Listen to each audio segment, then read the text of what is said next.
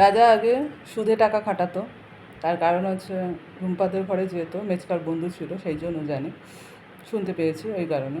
তো সুদে টাকা খাটাতো, গুন্ডা ছিল, 1 নম্বরে রাজা গুন্ডা।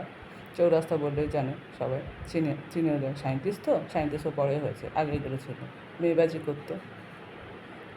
আর হচ্ছে ও বেশ্যাপট্টিতে যেত কালীঘাটে, আগাগোড়ায়, যেটা নিঞ্জুদা বলেছে, গল্প করেছে। আর পাড়ায় পাড়ায় যেত, মেয়েদের সঙ্গে ভালোবাসতো, সেক্স করতো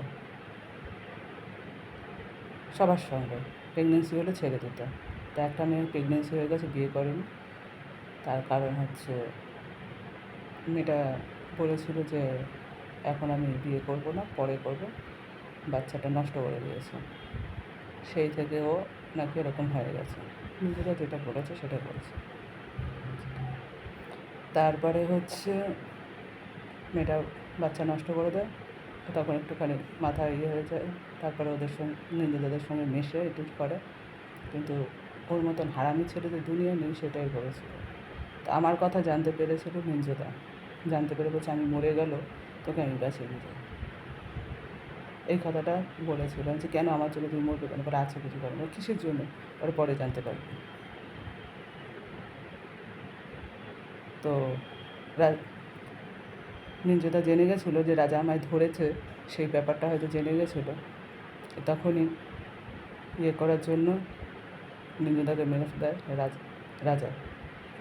হসপিটালে ভর্তি ছিল সবুজ মেটানোর জন্য, সেখানেও গিয়ে মনে হয় মেরে দেয়।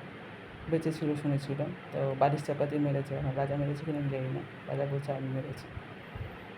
তো তখন গল্প করেছিল আমাদের ঘরে না, রাজা বলছে আমাদের মেচকাদের, রুম্পাদের ঘরে। আর হচ্ছে এখন আমার নামে দোষ দেবে, তার কারণ হচ্ছে আমাদের ঘরেই গেছে, ও সেটা ভাইরাল করেছে, বাট আমার ঘরে কোনো দিন যায়নি। আর রুম্পাকে রুহু বলে ডাকে। আর হচ্ছে এইসব কথা হচ্ছিলো, প্রতাপ ছিল। আর আরও দুটো ছেলে ছিল, ওদের নাম জানি না, ওদের নাম ধরে ডাকতো না, প্রতাপ আর রাজা বলেই ডাকতো। রুম্পা এই দুজনকে বেশি ডাকতো। আর হচ্ছে এই জন্য জানতে পারি। আর রাজা সুদখোর ছিল। তারপর সায়েন্টিস্ট কী করে হয়েছে ওর বাবা, শুনেছিলাম যে এক সায়েন্টিস্ট শিখে এসেছে যে মানুষ মারবে আর তাদের পুরো ক্যাপচার করবে।